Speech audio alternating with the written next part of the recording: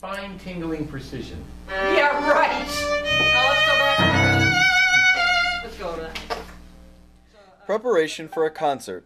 The Kandinsky Trio rehearses, cracking jokes and fixing last-minute intricacies before their latest upcoming performance. As the resident piano trio of Roanoke College, the group, formed over 20 years ago, will be performing a collection of various compositions at Virginia Tech, including works by Joseph Haydn, John Dirth, and Franz Schubert. I sat down with Alan Weinstein, who is the cellist of the group, and a cello instructor at Virginia Tech, to discuss the program. Haydn is the father of chamber music in that he was the first great composer to write for this combination of instruments, piano, violin, and cello. He also founded the string quartet, first great composer to write for that combination of instruments. So in a way, when you play Haydn, it's kind of this honor because he invented our jobs in a way.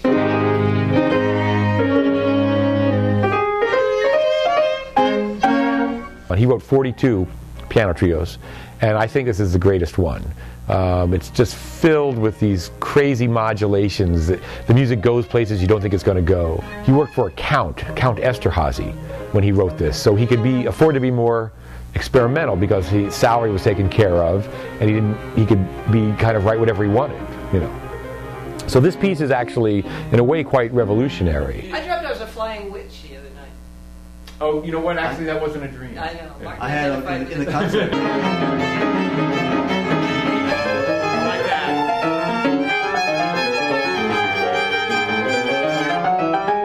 I like the can. It's just a. Yeah. No, I thought that's good, and I like the way you crescendo into the next section. I think that works. Because that way I can perfectly. go into it. And the second piece on the program is by John Dirth, who is a well-known jazz musician, composer.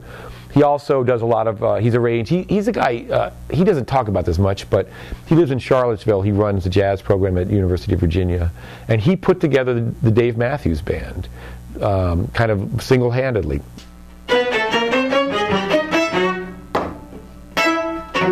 Back in the 70s, he had quite a career as a trumpet player, played with Miles Davis and a lot of other big famous jazz guys in that scene in New York. We've never heard music like this before. It just is so unique. It was originally a score to a silent movie, Faustus, and he arranged it for us. He distilled it down for piano trio. And we improvise like jazz musicians in it at times. I drum the cello. At times the violinist plays like a medieval sounding chant. It's a great work. Really different.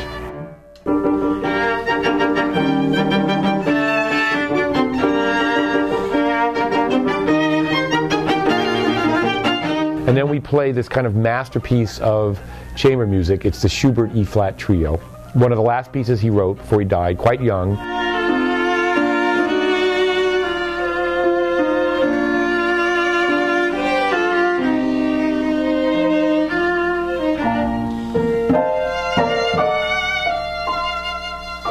The slow movement, which as a cellist is one of the great melodies you get to play ever, is this wonderful tune. And Stanley Kubrick used it for the movie Barry Lyndon. It's the only piece, I believe, in the whole movie, which is quite a long movie. And the way he uses it it's brilliant in the movie. It's a period piece. And so Kubrick was always big on classical music and picking the right piece. Right on there.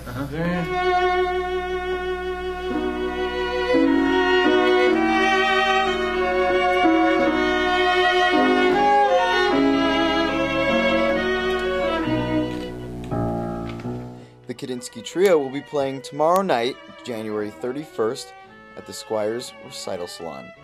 Kevin Anderson, The Collegiate Times. We have been